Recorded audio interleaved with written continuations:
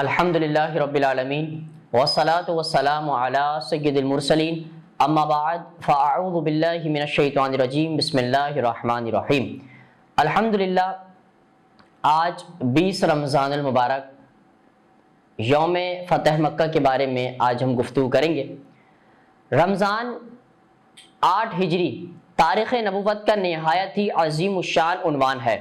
اور سیرت مقدسہ کا یہ وہ سنہرا باب ہے کہ جس کی آب و تاب سے ہر مومن کا قلب قیامت تک مسرتوں کا آفتاب بنا رہے گا، کیونکہ تاجدار دو عالم نبی کریم رؤوف الرحیم صلی اللہ علیہ وسلم نے اس تاریخ سے 8 سال قبل انتہائی رنجیدگی کے عالم میں اپنے یار غار کو ساتھ لے کر رات کی تاریکی میں مکہ سے ہجرت فرما کر اپنے وطن عزیز کو خیر آباد کہہ دیا تھا، اور مکہ سے نکلتے وقت خدا کے مقدس گھر خانہ کعبہ پر ایک حسرت بھری نگاہ ڈال کر یہ فرماتے ہوئے مدینہ روانہ ہوئے تھے کہ اے مکہ، خدا کی قسم تو میری نگاہ محبت میں تمام دنیا کے شہروں سے زیادہ پیارا ہے، اگر میری قوم مجھے نہ نکالتی تو میں ہرگز تجھے نہ چھوڑتا۔ لیکن 8 برس کے بعد یہی وہ مسرت خیز تاریخ ہے کہ آپ صلی اللہ علیہ وسلم نے ایک فاتح اعظم کی شان و شوکت کے ساتھ اسی شہر میں نزول اجلال فرمایا اور کعبۃ اللہ میں داخل ہو کر اپنے سجدوں کے جمال اور جلال سے خدا کے مقدس گھر کی عظمت کو سرفراز فرمایا۔ اس کے بعد حضور صلی اللہ علیہ وسلم نے قریش کے پاس قاصد بھیجا اور 3 شرطیں پیش فرمائی۔ ان میں سے ایک شرط قریش نے منظور کر لی۔ پہلی یہ تھی کہ بنو خزا کے مقتولوں کا خون بہا دیا جائے، دوسری یہ تھی کہ قریش قبیلہ بنی بکر کی حمایت سے الگ ہو جائیں، اور تیسری شرط یہ تھی کہ اعلان کر دیا جائے کہ حدیبیہ کا معاہدہ ٹوٹ گیا ہے۔ جب حضور علیہ الصلوۃ والسلام کے قاصد نے ان شرطوں کو قریش کے سامنے رکھا تو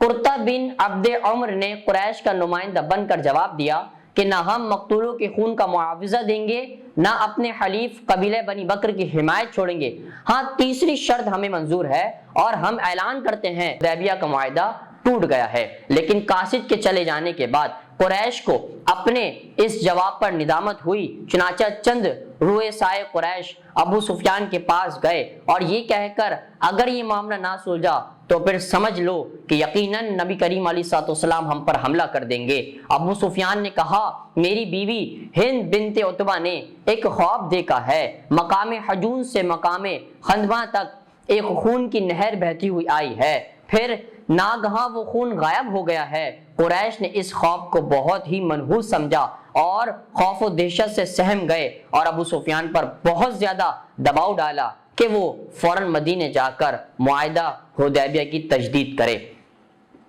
غرض 10 رمضان 8 ہجری کو رسول اکرم صلی اللہ علیہ وسلم مدینے سے 10,000 کا لشکر پورے انبار ساتھ لے کر مکے کی طرف روانہ ہوئے۔ بعض روایتوں میں ہے کہ فتح مکہ میں آپ کے ساتھ 12,000 کا لشکر موجود تھا،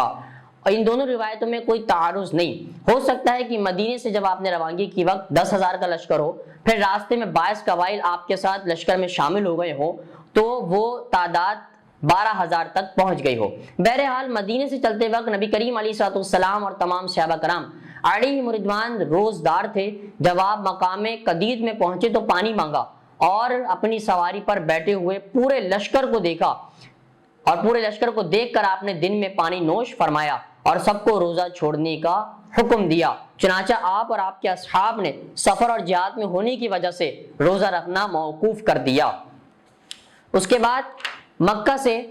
ایک منزل کے فاصلے پر مدو زہران میں پہنچ کر اسلامی لشکر نے پڑاؤ ڈالا اور حضور اکرم صلی اللہ علیہ وسلم نے فوج کو حکم دیا کہ ہر مجاہد اپنا الگ الگ چولہا جلائے۔ 10,000 مجاہدین نے الگ الگ چولہے جلائے تو مرو دہران کے پورے میدان میں میلوں تک آگ ہی آگ نظر آنے لگی۔ گو اس کے بعد بخاری شریف کی روایت ہے کہ قریش کو یہ خبر مل گئی کہ رسول اللہ صلی اللہ تعالی علیہ وسلم مدینے سے روانہ ہو گئے ہیں، مگر انہیں یہ پتہ نہ تھا کہ آپ کا لشکر مرو دہران تک آ گیا ہے۔ اس لیے ابو سفیان بن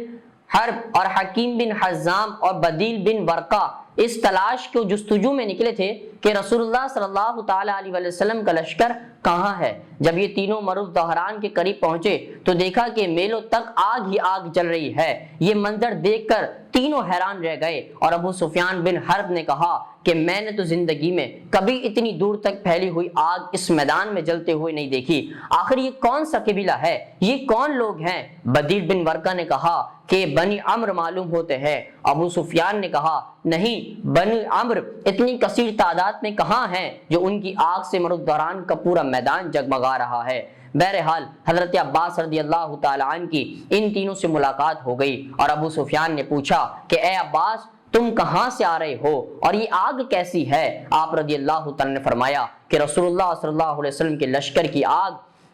یہ ہے۔ اور حضرت عباس رضی اللہ تعالیٰ نے ابو سفیان بن حرب سے کہا کہ تم میرے خچر پر پیچھے سوار ہو جاؤ، ورنہ اگر مسلمان نے تمہیں دیکھ لیا تو ابھی تم کو قتل کر ڈالیں گے۔ جب یہ لوگ لشکر گاہ میں پہنچے تو حضرت عمر رضی اللہ تعالیٰ عنہ اور دوسرے چند مسلمانوں نے جو لشکر گاہ کا پہرا دے رہے تھے ابو سفیان کو دیکھ لیا۔ حضرت عمر رضی اللہ تعالیٰ عنہ اپنے جذبہ انتقام کو ضبط نہ کر سکے اور ابو سفیان کو دیکھتے ہی ان کی زبان سے نکلا کہ ارے یہ تو خدا کا دشمن ابو سفیان ہے۔ دوڑتے ہوئے برگہ رسالت مآب صلی اللہ تعالی علیہ وسلم میں پہنچے اور عرض کی کہ یا رسول اللہ صلی اللہ علیہ وسلم، ابو سفیان ہاتھ آ گیا ہے، اگر آپ کی اجازت ہو تو ابھی اس کا سر اڑا دوں۔ اتنے میں حضرت عباس رضی اللہ تعالیٰ عنہ بھی ان تینوں مشرکوں کے ساتھ لے ہوئے دربار رسول میں حاضر ہو گئے اور ان لوگوں کی جان بخشی، سفارش پیش کر دی اور کہا کہ یا رسول اللہ صلی اللہ تعالی علیہ وسلم، میں نے ان سبھی کو امان دے دی ہے۔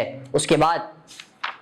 حضور صلی اللہ علیہ وسلم جب فاتحانہ حیثیت سے مکہ میں داخل ہوئے تو آپ اپنی اونٹی قصوہ پر سوار تھے، ایک سیاہ رنگ کا امامہ باندھے ہوئے تھے اور بخاری میں ہے کہ آپ کے سر پر مغفر تھا۔ آپ کے ایک جانب حضرت ابو بکر صدیق رضی اللہ تعالیٰ عنہ، دوسری جانب اسید بن حضیر رضی اللہ تعالیٰ عنہ تھے اور آپ کے چاروں طرف جوش میں بھرا ہوا اور ہتھیاروں میں ڈوبا ہوا لشکر تھا جس کے درمیان کوکبے نبی صلی اللہ علیہ وسلم تھے۔ اس شان و شوکت کو دیکھ کر ابو سفیان نے حضرت عباس رضی اللہ تعالیٰ سے کہا کہ اے عباس، تمہارا بھتیجا تو بادشاہ بن گیا ہے۔ حضرت عباس رضی اللہ تعالیٰ سے کہا، انہوں نے جواب دیا کہ تیرا برا ہو اے ابو سفیان، یہ بادشاہت نہیں ہے بلکہ یہ نبوت ہے، یہ رسالت ہے۔ اس شاہانہ جلوس کے جاہ و جلال کے باوجود شہنشاہ رسالت صلی اللہ علیہ وسلم کی شان تواضع کا یہ عالم تھا کہ آپ سورہ فتح کی تلاوت فرما رہے تھے، اس طرح سر جھکائے اونٹنی پر بیٹھے ہوئے تھے کہ آپ کا سر اونٹنی کے پلان سے لگ جاتا تھا۔ آپ صلی اللہ علیہ وسلم کی کیفیت تواضع خداوند کا شکر ادا کرنے اور اس کی بارگاہ عظمت میں اپنے عز و نیاز مندی کا اظہار کرنے کے لیے تھی۔ اس کے بعد بخاری کی ایک اور روایت ہے کہ حضور اکرم صلی اللہ علیہ وسلم فتح مکہ کے دن حضرت علی رضی اللہ تعالیٰ کے بہن حضرت ام ہانی بنت ابی طالب رضی اللہ عنہ کے مکان میں تشریف لے گئے اور وہاں غسل فرمایا، پھر 8 رکعت نماز چاشت پڑھی۔ یہ نماز بہت ہی مختصر طور پر ادا فرمائی لیکن رکوع اور سجدہ مکمل طور پر آپ نے ادا فرمایا۔ ایک اور روایت میں ہے کہ آپ علیہ السلام حضرت بی بی ام ہانی رضی اللہ عنہ سے فرمایا کہ کیا گھر میں کچھ کھانا بھی ہے؟ انہوں نے عرض کیا کہ یا رسول اللہ صلی اللہ علیہ وسلم، خشک روٹی کے چند ٹکڑے موجود ہیں، مجھے بڑی شرم آ رہی ہے کہ اس کو آپ کے سامنے پیش کر دوں۔ ارشاد فرمایا کہ لے آؤ۔ پھر آپ صلی اللہ علیہ وسلم نے اپنے دستے مبارک سے ان خشک روٹیوں کو توڑا اور پانی میں بھگو کر نرم کیا اور حضرت ام ہانی رضی اللہ تعالیٰ نے ان روٹیوں کے سالن سے اور اس نمک پیش کیا تو آپ علیہ السلام نے فرمایا کیا کوئی سالن گھر میں نہیں ہے؟ انہوں نے عرض کی کہ میرے گھر میں سرکہ کے سوا کچھ بھی نہیں ہے۔ آپ صلی اللہ علیہ وسلم نے ارشاد فرمایا کہ سرکہ لے آؤ۔ آپ نے سرکے کو روٹی پر ڈالا اور تناول فرما کر خدا کا شکر ادا کیا اور فرمایا کہ سرکہ بہترین سالن ہے اور جس گھر میں سرکہ ہوگا اس گھر والے کبھی محتاج نہ ہوں گے۔ حضرت ام ہانی رضی اللہ تعالیٰ نے عرض کی کہ یا رسول اللہ صلی اللہ علیہ وسلم، میں نے حارث بن حشام یعنی ابو جہل کے بھائی اور زبیر بن امیہ کو امان دے دی ہے، لیکن میرے بھائی حضرت علی رضی اللہ تعالیٰ عنہ ان دونوں کو اس جرم میں قتل کرنا چاہتے ہیں کہ ان دونوں نے حضرت خالد بن ولید رضی اللہ تعالیٰ کی فوج سے جنگ کی ہے۔ تو حضور علیہ السلام نے فرمایا اے ام ہانی، جس کو تم نے امان دے دی ہے اس کے لیے ہماری طرف سے بھی امان ہے۔ اللہ کریم سے دعا ہے کہ اللہ تبارک و تعالی ہمیں فتح مکے کی جو معاملات ہیں اس کو سمجھ کر اور ان کو یاد کر کے دوسروں تک پہنچانے کی توفیق عطا فرمائے۔ وما علینا الا البلاغ المبین۔